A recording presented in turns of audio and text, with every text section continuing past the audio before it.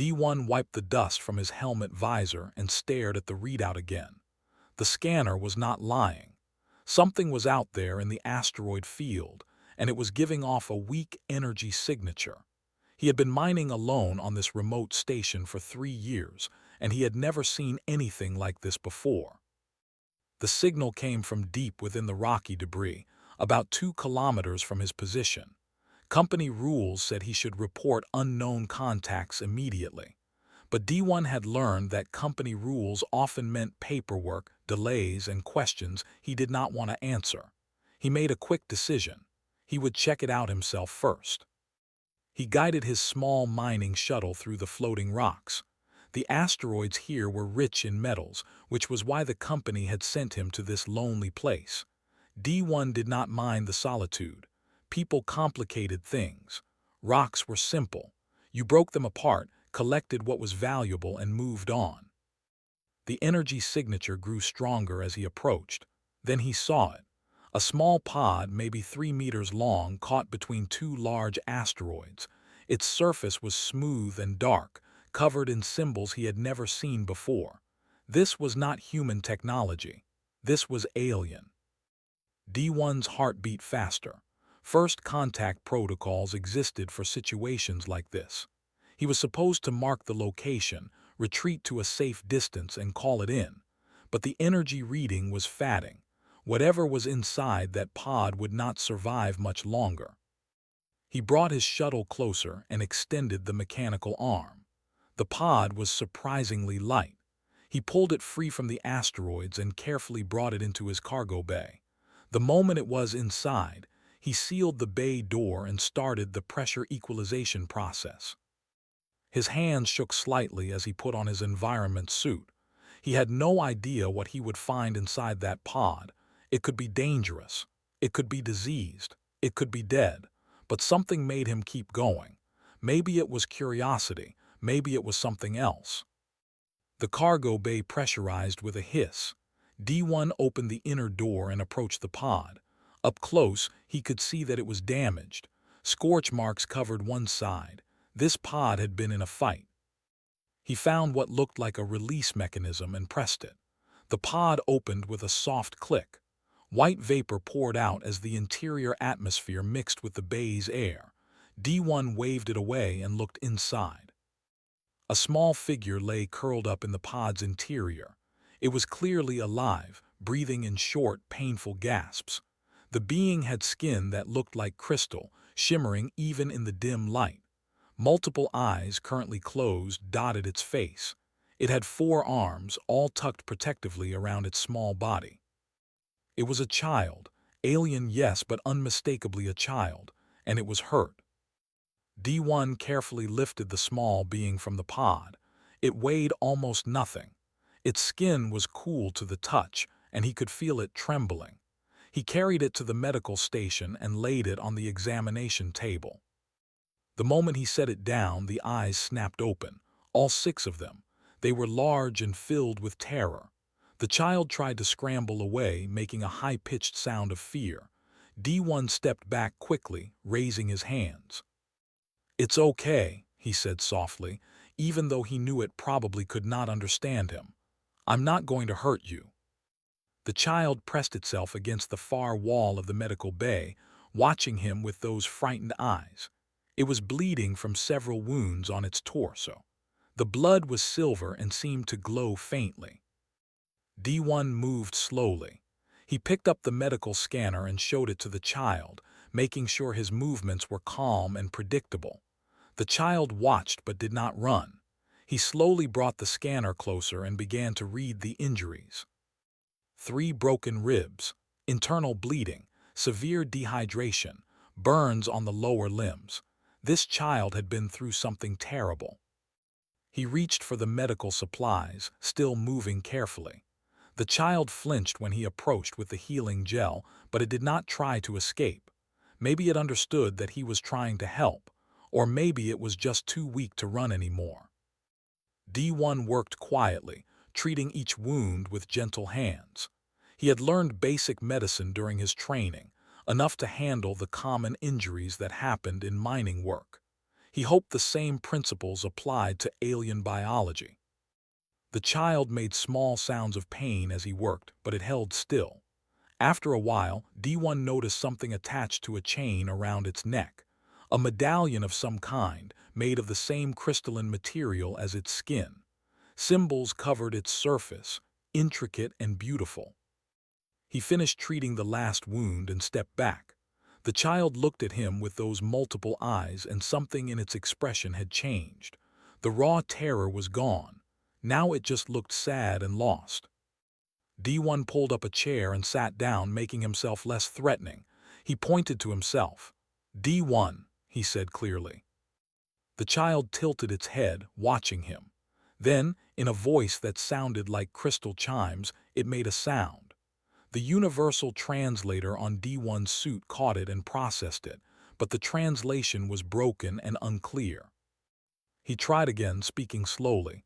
"You're safe now. Can you understand me?" The translator worked both ways. The child's eyes widened slightly. It touched its own chest and made another sound. This time the translator caught it better. "Hana." "Hana," D1 repeated, trying to match the crystalline tone. "Is that your name?" The child nodded. It was a human gesture which surprised him. Then Hana pointed at the viewport where the asteroid field stretched into darkness. She made more sounds, urgent and frightened. The translator struggled but gave him fragments. "Ships, hunting, danger." D1 stood and went to his scanner console. He ran a wide-range scan of the surrounding space. At first, he saw nothing unusual. Then, at the edge of his scanner's range, he detected them. 3 ships, moving in a search pattern through the asteroid field. They were scanning everything, looking for something. Looking for Hana. He turned back to the small alien child. She was watching him with those large eyes, and he could see the fear in them. Whoever had attacked her pod was still out there, still searching. And if he reported this to the company, they would come. They would take Hana away. They might even give her back to whoever was hunting her. D1 made his second quick decision of the day. He was not going to let that happen. He knelt down to Hana's level and spoke clearly, hoping the translator would work. "I won't let them find you. You're safe with me." Hana looked at him for a long moment. Then slowly she reached out one of her 4 hands. D1 took it carefully. Her crystalline skin was still cool, but it felt solid and real in his palm. The scanner beeped a warning. The hunting ships were getting closer. D1 squeezed Hana's hand gently, then went to the control console. He needed to get them out of here, and he needed to do it without being detected. He powered down all non-essential systems and set the shuttle to drift like just another piece of space debris. The hunting ships passed within a kilometer of their position. D1 held his breath. Hana pressed herself against his leg, shaking. The ships continued past. Their scans swept over the shuttle but did not stop. D1 waited until they were far enough away, then carefully powered up the engines to minimum.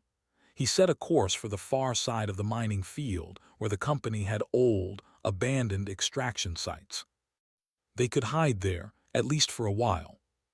Hana looked up at him as the shuttle began to move. She made a soft sound, and the translator caught a single word clearly this time. "Thank you." D1 looked down at the small alien child who had crashed into his lonely life. He had no idea what he had just gotten himself into. He did not know who was hunting her or why. He did not know if he could keep her safe. But he was going to try.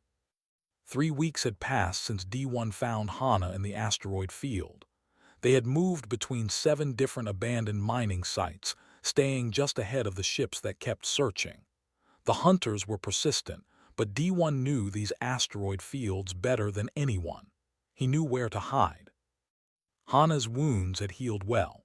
The silver blood had stopped flowing, and her crystalline skin had repaired itself in ways that fascinated D1. Where the burns had been, her skin now showed faint patterns like ice crystals.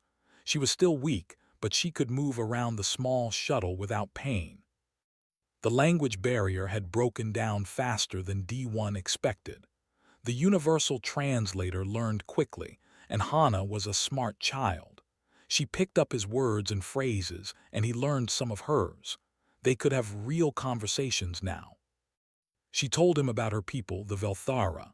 They were an old empire, powerful and proud. They controlled many star systems and had technology far beyond what humans possessed, but they kept to themselves, rarely making contact with other species. Hana was royalty, the daughter of their queen. She had been traveling with a diplomatic convoy when they were attacked. She remembered the explosions, the screaming, and the guards who pushed her into the escape pod. She remembered their faces as the door sealed. They had died to save her. D1 listened to her story and felt anger at whoever had done this, but he kept his voice calm and gentle. Hana had enough fear in her life. She did not need his anger too. At night she had nightmares. She would wake up crying, calling out words in her own language that the translator could not catch. The first time it happened, D1 did not know what to do. He was not good with emotions. He had spent years alone because he did not know how to connect with people. But Hana was not asking for complicated emotional support. She just needed to know she was not alone. So D1 sat beside her sleeping area and talked to her. He told her about Earth, about the oceans and mountains he had seen as a child. He told her about his own family, even though those memories hurt. He told her she was safe. Eventually she would fall back asleep, and D1 would stay nearby, watching over her. During the days, he tried to keep her busy. He showed her how the mining equipment worked. She was curious about everything, asking questions in her chiming voice. He taught her simple human games and showed her music from Earth. The first time she heard a piano piece, all 6 of her eyes went wide with wonder. "Beautiful," she said in clear human words. "Play again."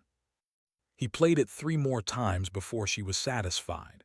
Then she hummed along, and the sound was so lovely that D1 felt something break open in his chest, something he had kept locked away for a long time.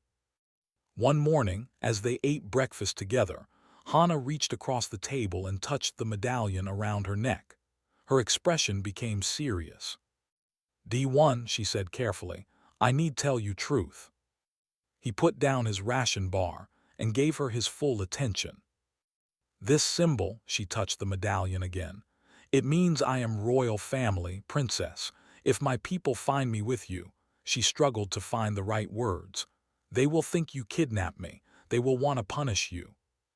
D1 nodded slowly. He had suspected something like this. "How bad is the punishment?" Hana looked down at her hands. "Death, that is the law. No one can touch royal blood without permission." "I see," D1 said. He thought about this for a moment, then shrugged. "Well, I guess we will deal with that when it happens." Hana stared at him. "You not scared?" "I am scared of many things," D1 admitted. "But not of doing the right thing. You needed help. I helped you. If your people want to punish me for that, then their laws are stupid." For a moment, Hana just looked at him. Then she smiled. It was the first real smile he had seen on her face. "You are strange human, D1." "I have been told that before," he replied. Their peaceful routine broke 3 days later. D1 was running a scan of the surrounding area when he detected a single ship approaching. This one was different from the hunters. It was human, and it was broadcasting company security codes. He cursed under his breath. Someone had finally noticed his irregular behavior. 3 weeks of false reports about equipment failures and system errors had caught up with him. "Hana," he called out, "we have a problem. Hide in the mining shaft. Don't make any sound." She looked frightened, but she nodded and quickly disappeared into the narrow maintenance tunnel that led to the old mining shaft below. D1 sealed the entrance and covered it with a storage panel. Then he took a deep breath and prepared to lie very convincingly. The security ship docked with his shuttle. A man stepped through the airlock, wearing the gray uniform of company security. He was young, maybe in his early 30s, with sharp eyes that missed nothing. His name badge read T-Jun. "Engineer D1, T-Jun said formally. "I am here to investigate some irregularities in your reports." "What irregularities?" D1 kept his voice neutral. T-Jun pulled out a data pad. "In the last 3 weeks, you have reported 12 equipment failures, moved between 7 different mining sites, and used 3 times your normal power allocation. Your extraction numbers are down 40%. Your communication logs show unusual gaps." He looked up from the pad. "Want to explain any of that?" D1 had prepared for this. "The equipment is old, things break. I move sites to find better deposits. The power usage is for running diagnostics, and I don't talk much. You can check my records, I never talk much." T-Jun studied him. "Mind if I look around?" "Do I have a choice?" "Not really." For the next hour, D1 watched as T-Jun searched every corner of the shuttle. His heart pounded every time the security officer came near the hidden entrance to the mining shaft. But T-Jun was looking for contraband or illegal mining operations. He was not looking for hidden alien children. Finally, T-Jun finished his search. "Everything seems in order," he admitted, though he sounded disappointed. "But I am going to be watching your reports more carefully from now on. If I see any more irregularities, I will be back." "Understood," D1 said. T-Jun walked to the airlock, then paused. "One more thing. There have been reports of unknown ships in this sector, alien vessels. If you see anything unusual, you report it immediately.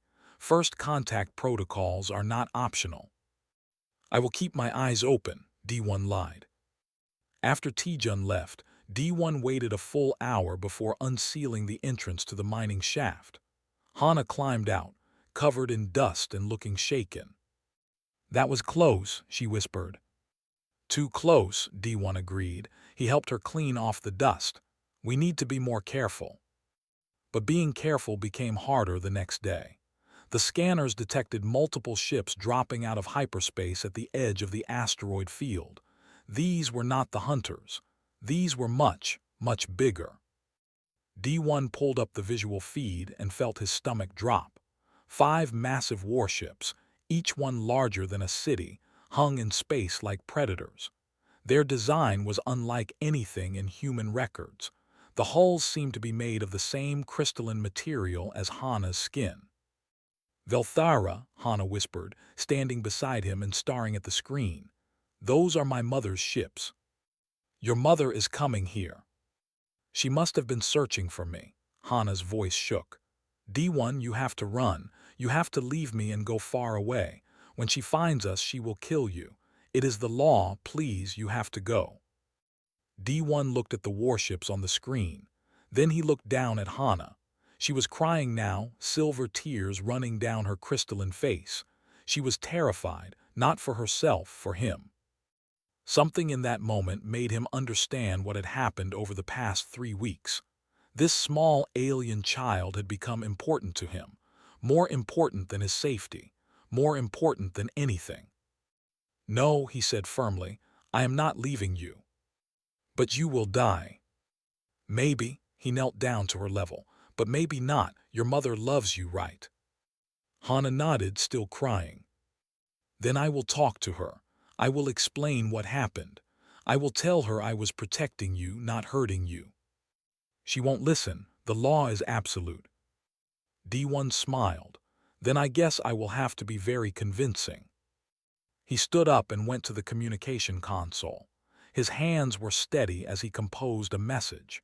He knew this was probably the stupidest thing he had ever done, but he also knew it was the only thing he could do. He sent the message directly to the Velthara flagship. It was simple and direct. "I have your daughter. She is safe and unharmed. I wish to return her to you. I request an audience with Queen ConHWA." The response came faster than he expected. A return message, cold and commanding. "Bring the child to the flagship. Come alone. Any resistance will result in your immediate destruction." D1 turned to Hana. She looked at him with those large eyes, filled with fear and sadness. "I am scared," she admitted in a small voice. Me too, D1 said honestly. He held out his hand. But we will face it together, okay? Hana took his hand. Her grip was surprisingly strong. Together, they prepared to meet her mother. The Velthara flagship was the largest thing D1 had ever seen. As his small shuttle approached, he felt like an insect flying toward a mountain. The ship's surface gleamed like polished diamond, and weapons platforms tracked his approach with silent menace. A docking bay opened in the massive hull. D1 guided his shuttle inside, his hands sweating inside his gloves. Beside him, Hana sat very still. She had not spoken since they left the mining site. The shuttle settled onto the landing pad with a soft bump. Through the viewport, D1 could see armed guards waiting.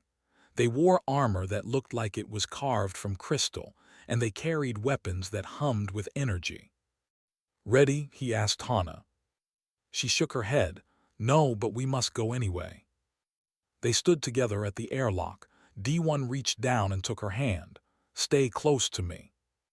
The airlock opened. Immediately, 6 guards surrounded them.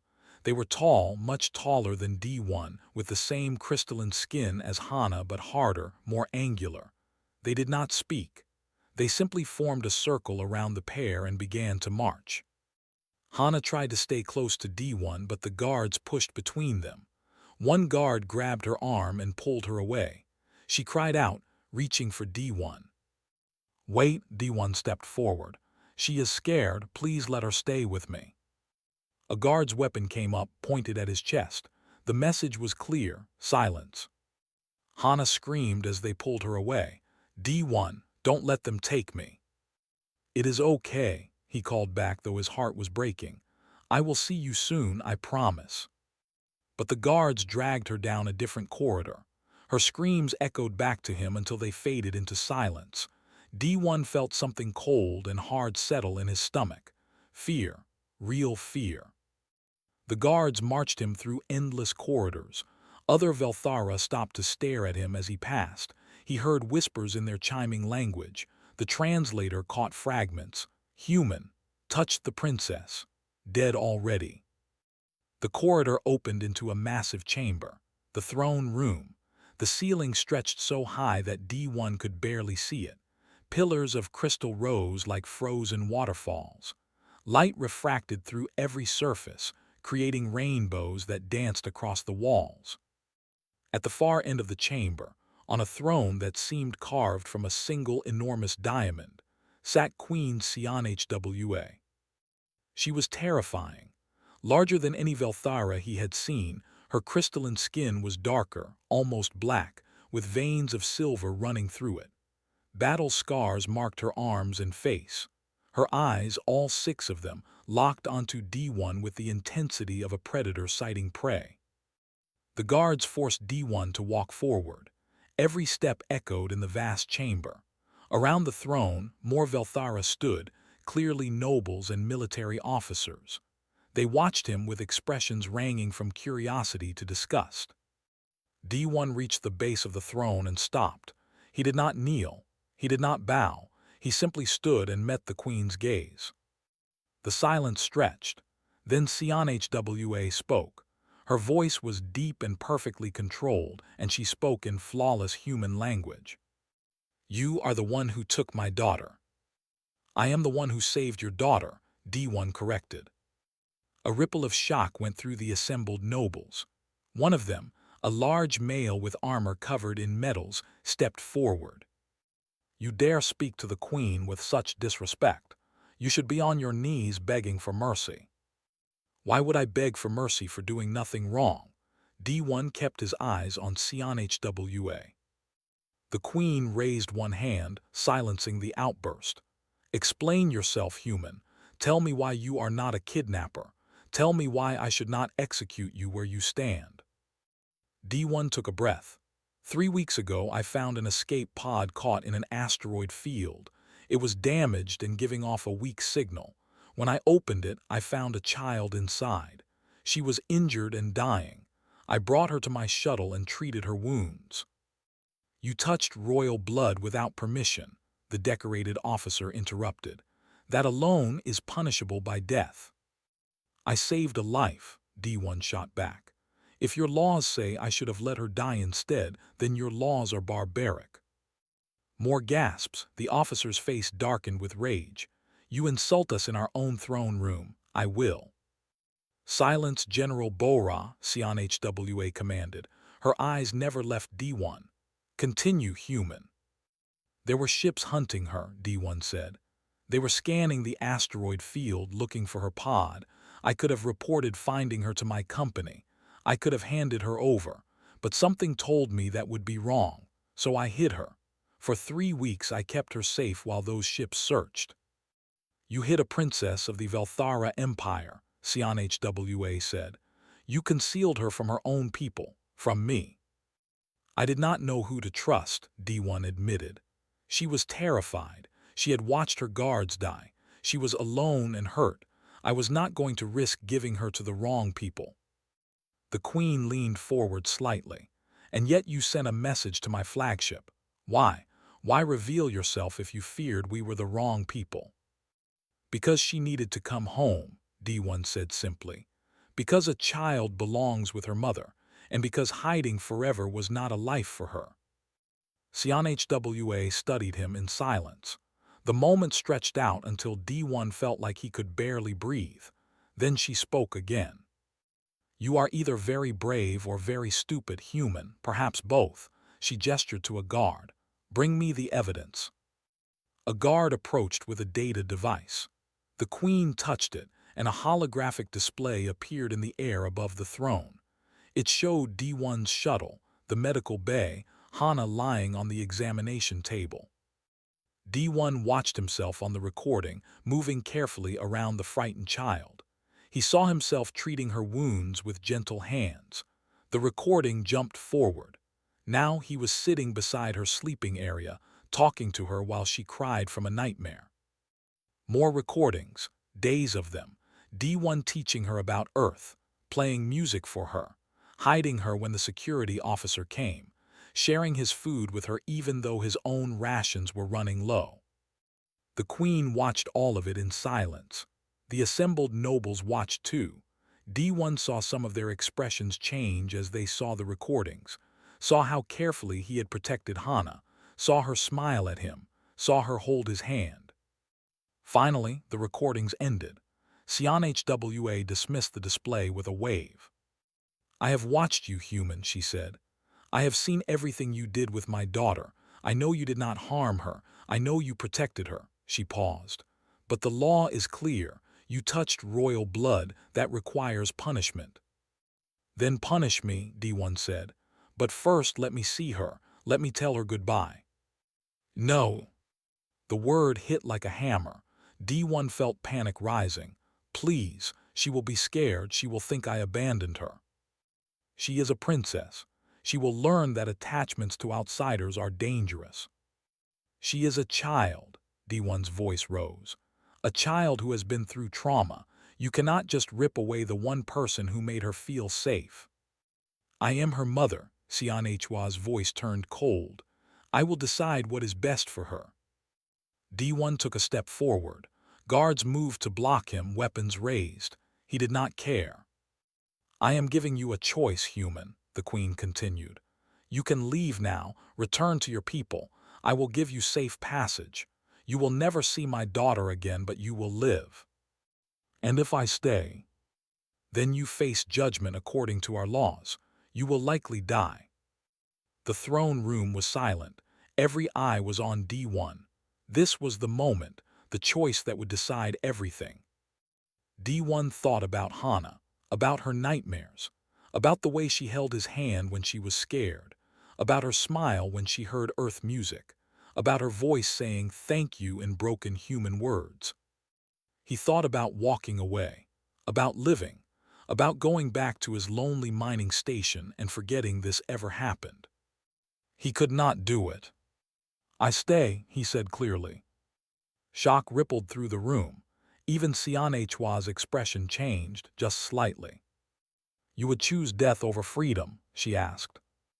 I made a promise to keep her safe, D1 said. That includes keeping her safe from fear. If I leave now, she will think I abandoned her. She will think nobody stays. I will not do that to her."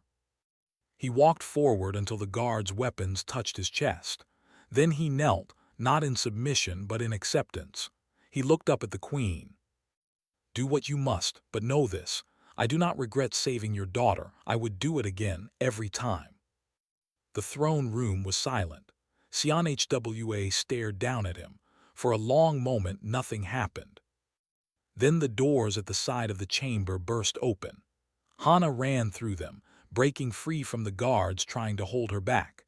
She sprinted across the throne room, her feet slapping against the crystal floor. "No," she screamed. "Mother, no, he rescued me. He saved my life." She threw herself at D1, wrapping all four arms around him. Guards moved to pull her away, but HFY held up a hand, stopping them. Hana clung to D1, sobbing. "Don't hurt him, Mother, please. He is the only one who made me feel safe. He is the only one who helped me. He rescued me." D1 held her gently, his own eyes wet. "It is okay, Hana. It is going to be okay." "You cannot take him away," Hana cried, turning to face her mother. "I lost father. I lost my guards. I almost died. D1 was the only one who was there. He stayed with me. He protected me. Please, Mother, please do not take him too." HFY looked at her daughter, looked at the human who held her. Something shifted in the queen's expression. The cold mask cracked. "Everyone leave," she commanded. "Now." The nobles and guards filed out of the throne room. General Bora looked like he wanted to protest, but one look from the queen silenced him. Soon, only HFY, D1, and Hana remained. The queen descended from her throne and walked toward them. D1 tensed, but Hana held onto him tighter. HFY knelt down, bringing herself to their level. Up close, D1 could see that her eyes were not cold at all. They were tired, so very tired. "Come with me," she said quietly. "Both of you, it is time we talked properly." The private chambers were nothing like the throne room. They were smaller, warmer, filled with soft light instead of harsh crystal reflections. HFY led them to a sitting area and gestured for them to sit. Hana stayed pressed against D1's side, one hand gripping his shirt. The queen sat across from them. She looked different here, away from the watching eyes of her court. The hard edges of her face seemed softer. She looked at Hana for a long moment, and D1 saw pain in those multiple eyes. "My daughter," HFY said softly, "I thought I had lost you forever." "Mother," Hana whispered, but she did not let go of D1. HFY noticed. Her gaze shifted to D1.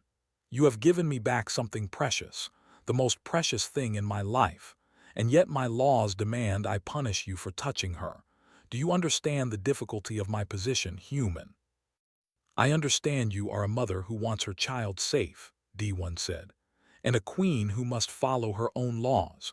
Those two things are fighting inside you right now."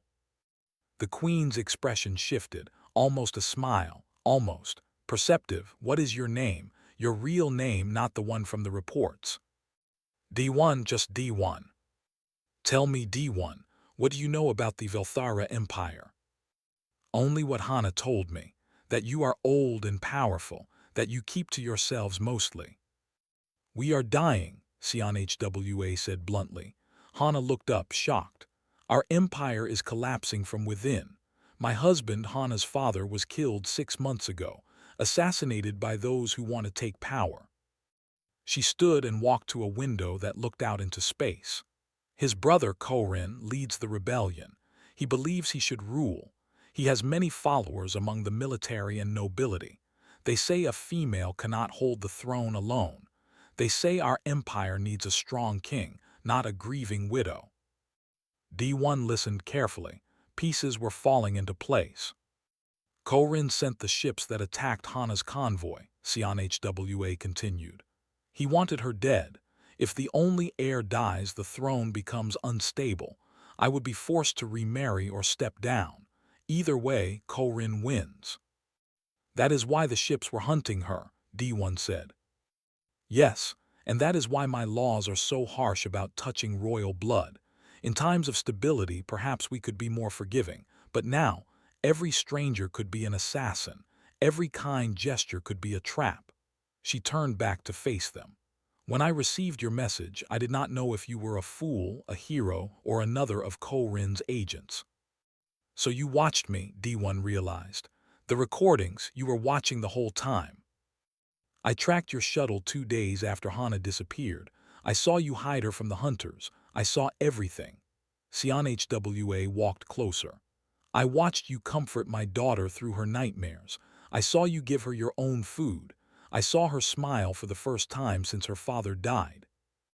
She sat down again, and now she looked directly at D1. You gave her something I could not give: peace, safety, the feeling that someone cared without wanting something in return. Any decent person would have done the same, D1 said. No, HFY's voice was firm. Most would have reported her immediately. Some would have tried to ransom her. Others would have left her to die rather than risk trouble. You did none of those things. You protected a stranger's child at great risk to yourself. She leaned forward. That is why I gave you the choice in the throne room. I needed to know if you stayed out of love for my daughter or out of some other motive. Men seeking power will endure much to gain it, but they will not die for it. Not truly. It was a test, D1 said. Yes, and you passed. HFY looked at Hana. My daughter chose you. More than that, she needs you. I saw how she clung to you. I heard her screaming when the guards separated you. She has not shown that kind of emotion since before her father died. Hana spoke up, her voice small. D1 helped me remember how to feel safe, Mother. After the attack, I felt like I would never be safe again. But he showed me that some people are good, that some people help without wanting something back. Tears rolled down HFY's face, silver like Hana's. I wanted to be that person for you. I wanted to make you feel safe, but I am queen. I have duties, responsibilities, a war to fight. You are also her mother, D1 said gently. That is a duty too. I know, HFY wiped her tears away, but I cannot be everywhere. I cannot protect her every moment while also protecting the Empire. She looked at D1 with an intensity that made him uncomfortable. Which brings me to why we are really here. She stood and began to pace. I cannot publicly pardon you. If I do, I show weakness. Korin and his followers will say I am soft. They will say I break our laws for outsiders. It would make my position worse. D1 nodded. I understand. But, HFY continued, I can offer you an alternative, a position that would make your presence here legal and necessary. What kind of position? The Queen stopped packing and faced him. Royal Guardian, a personal protector for Hana, someone outside our political factions, with no ties to noble families or military leaders, someone who has already proven they will protect her with their life. D1 stared at her. You want me to stay, to be her bodyguard? More than that, a guardian, a mentor, someone she can trust absolutely. HFY's voice grew quieter. Someone who can give her the childhood I cannot provide right now. Mother, Hana looked between them confused. HFY knelt beside her daughter. My star, I need to fight Korin. I need to secure the Empire. But I also need you to be safe and happy. D1 can help with that, if he agrees. Would this mean leaving human space? D1 asked. I could not go back. Not until the crisis is over, perhaps years. D1 thought about his life, the lonely mining station, the empty years stretching ahead. He had no family waiting for him, no close friends, nothing tying him to humanity except biology. He looked down at Hana. She was watching him with those large eyes, hopeful and scared at the same time. If I say yes, he asked slowly, what would happen? There would be a formal ceremony tomorrow, HFY explained. You would swear an oath to protect Hana with your life. In return, you would be granted status and protection under Velthara law. You would live in the palace. You would be her companion and protector. And the nobles who want me dead would have to accept it. A royal guardian is chosen by the crown. They cannot challenge that without challenging me directly. She smiled slightly. And I am still queen for now. D1 looked at Hana again. Can I talk to her, alone? HFY nodded and left the room. When the door closed, D1 turned to face Hana fully. What do you think? He asked. Do you want me to stay? Hana's eyes filled with tears. You would really stay. You would not go back to your people. If you want me to. But why? I am not your family. You do not owe me anything. D1 reached out and wiped away one of her silver tears. Family is not just about blood, Hana. Family is about choosing to care for someone, about choosing to protect them even when it is hard. These last 3 weeks, you became important to me. I do not want to leave you. I do not want you to leave either, Hana whispered. She threw her arms around him. Please stay, please, D1. You are the only one who makes me feel safe. He held her close. Then I will stay, I promise. When HFY returned, she looked at their faces and nodded. You have decided. I accept your offer, D1 said. I will be Hana's guardian. The queen's expression softened. Thank you, you cannot know what this means to me. She paused. There is one more thing you should know. This position will not be easy. Some will hate you for being human. Some will try to hurt you to hurt Hana. Korin's people will see you as a threat. I understand the risks. And you still choose this. D1 looked at Hana, who was smiling through her tears. I do. HFY stepped forward and placed one hand on his shoulder.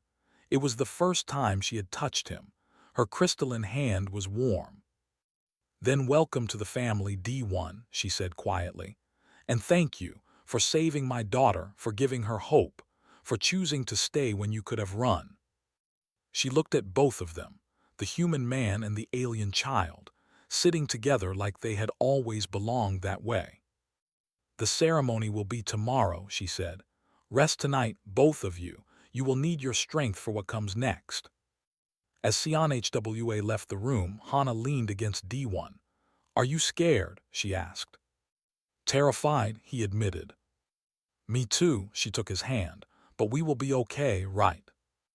D1 squeezed her hand gently. Yes, we will be okay together. Outside the window, the stars stretched endlessly. Somewhere out there was Earth and the life D1 had left behind. But he did not look back. He looked at the small alien child beside him, and he knew he had made the right choice. Tomorrow would bring ceremonies and challenges. Tomorrow would bring a new life in a strange empire. Tomorrow would bring danger and uncertainty. But tonight he had a daughter, not by blood but by choice, and that was enough. The ceremony took place in the great hall of the palace, a room so vast that D1 could barely see the far walls. Thousands of Velthara filled the space, nobles and military officers and common people, all watching as the human walked forward. D1 wore new clothes, formal robes in the Velthara style.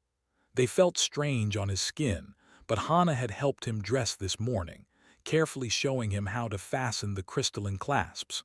She stood near the throne now, watching him with nervous excitement. Queen HFY sat on her throne, regal and distant once more. The warm mother from last night was gone. This was the queen, ruler of an empire. But when D1 met her eyes, he saw the briefest hint of approval. General Bora stood to one side, his expression sour. Other military commanders looked equally unhappy, but they stayed silent. The queen had made her decision. D1 reached the center of the hall and knelt. The crowd murmured. Kneeling was not required for this ceremony, but D1 did it anyway. It felt right. HFY rose from her throne and descended the steps. She carried a sword, long and elegant, its blade made of crystal that seemed to hold light within it. She stopped before D1. D1 of Earth, her voice rang through the hall. You stand before the Velthara Empire as the first of your kind to be granted this honor. Speak your oath." D1 had memorized the words last night. He spoke them clearly, in the Velthara language that Hana had taught him. "I swear to protect Princess Hana with my life. I swear to guard her from harm, to defend her from danger, to stand beside her in darkness and in light. This I swear until my final breath." CIANHWA placed the sword on his shoulder. "And I accept your oath. Rise, D1, royal guardian of the Velthara Empire." He stood. The queen handed him the sword. It was lighter than he expected, perfectly balanced. Hana ran forward from the throne and threw her arms around him. The crowd gasped at the informality, but no one moved to stop her. "You did it," she whispered. "You really stayed." "I promised," D1 whispered back. The ceremony continued with formal speeches and traditional rituals that D1 barely understood. But finally, it was over. He was officially Hana's guardian, the first human to hold any position in the Velthara court. The first month was difficult. D1 moved into chambers near Hana's rooms in the palace. He studied Velthara customs, history, and politics. The language came easier now that he was surrounded by it. Hana helped him practice, laughing when he mispronounced words. But not everyone was welcoming. Some nobles refused to speak to him. Some military officers made their contempt clear. General Bora went out of his way to make D1's life harder, assigning him impossible tasks and criticizing everything he did. "You do not belong here, human," Bora said one day, cornering D1 in a hallway. "You are weak, soft.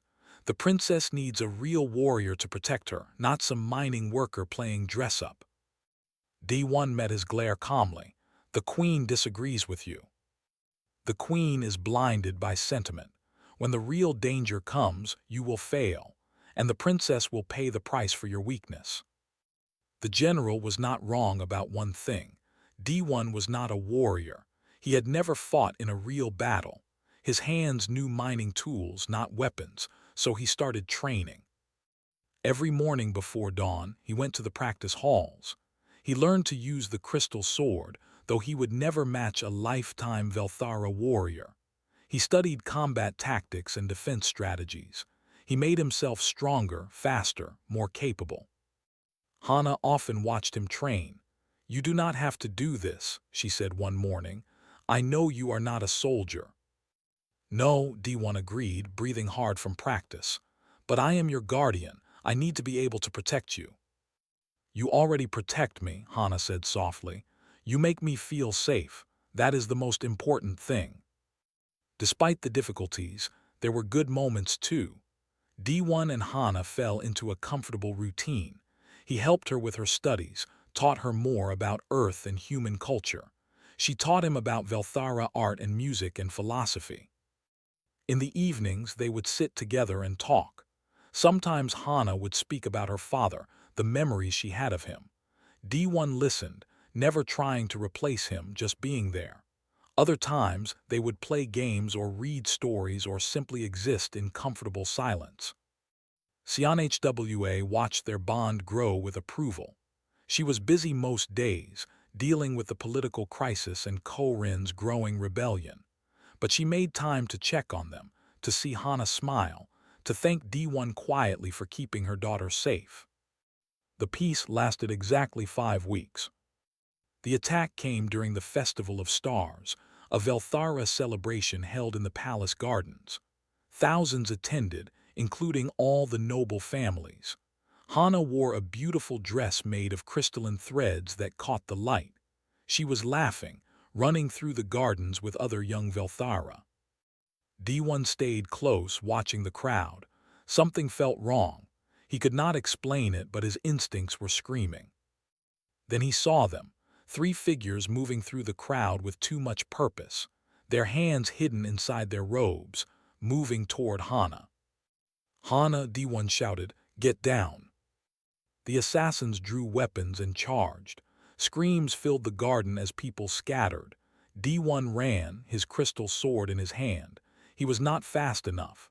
One assassin reached Hana first, but D1 did not fight like a Velthara warrior. He fought like a human who had spent years working in dangerous asteroid fields, where survival meant using whatever was at hand. He grabbed a serving tray from a table and threw it at the assassin's face. The Velthara stumbled. D1 crashed into him, using his body weight to knock them both down. They rolled across the ground, struggling for the weapon. The other two assassins were closer now. D1 kicked up, hitting one in the knee. The Velthara's leg buckled. D1 grabbed Hana and pulled her behind a large fountain. "Stay down," he ordered. "Do not move." The assassins surrounded them. D1 had his sword ready, but he knew he was outmatched. 3 trained killers against 1 human who had barely learned to hold a blade properly. He was going to die here, but he would die protecting her. That was the oath he had sworn. The first assassin lunged. D1 parried clumsily, nearly losing his grip on the sword. The second attacked from the side. D1 dodged, but not fast enough. The blade cut across his shoulder. Pain exploded through him. Hana screamed. D1 positioned himself between her and the assassins, blood running down his arm. "Run," he told her. "Please, Hana, run." "No," she grabbed onto his back. "I will not leave you." The assassins attacked together.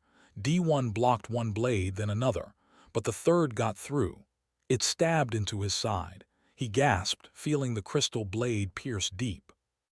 But he did not fall. He grabbed the assassin's arm and held on, preventing another strike. His other hand drove his own sword upward, awkward and desperate. It caught the assassin in the shoulder. Royal guards were running toward them now, but they would not arrive in time. The other 2 assassins pressed forward. D1's vision blurred from pain and blood loss. He stumbled, falling to one knee. One assassin raised a blade for a killing blow. D1 braced himself. The blade never fell.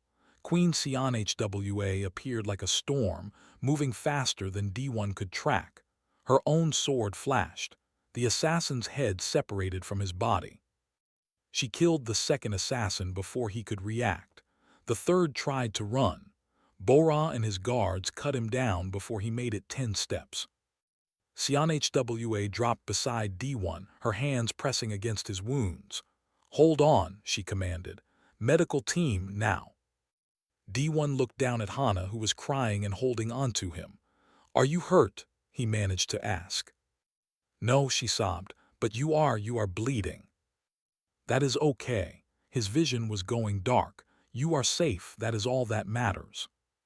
"Do not die," Hana begged. "Please, D1, do not leave me." "Not planning to," he whispered. Then the darkness took him. He woke 3 days later in a medical bay. His body hurt everywhere, but he was alive. The first face he saw was Hana's. She had fallen asleep in a chair beside his bed, her hand holding his. When he moved, she woke instantly. Her eyes went wide. "D1, you are awake." "Hey," he croaked. His throat was dry. Hana called for the medical staff, then turned back to him. "You nearly died. The doctors said if you were fully human, you would have died. But they used Velthara medicine. It saved you." "Good," D1 said, "because I made a promise." HFY entered the room. She looked tired but relieved. "You are fortunate to be alive, Guardian." "Is Hana safe?" "Yes, thanks to you." The Queen sat on the other side of his bed. "The assassins were Korin's agents. We captured one alive. He has given us valuable information." "Good." "The military commanders are impressed," HFY continued. "They watched you fight, watched you take blades meant for my daughter. General Bora himself admitted he was wrong about you." D1 tried to sit up and immediately regretted it. Pain shot through his side. "I did not fight well. I barely survived." "You fought with a human's ingenuity," HFY said, "and a father's determination. That is more valuable than any technique." She stood. "Rest now. You have earned it." Over the next weeks, as D1 recovered, things changed. The military commanders treated him with respect now. They had seen him bleed for the princess. Nobility that once scorned him now nodded in greeting. He had proven himself in the way the Velthara understood best, through sacrifice and courage. Korin's rebellion weakened. The failed assassination had cost him support. Many nobles who once backed him now saw DaugHFY's strength and pulled away from the rebellion. One evening, when D1 could finally walk without pain, he and Hana sat together in the palace gardens. The same place where the attack had happened, but it felt different now, peaceful. "Do you miss Earth?" Hana asked suddenly. D1 thought about it. "Sometimes I miss the way rain sounds, the smell of grass, the taste of real coffee." "We could get coffee," Hana offered. "There are human traders sometimes."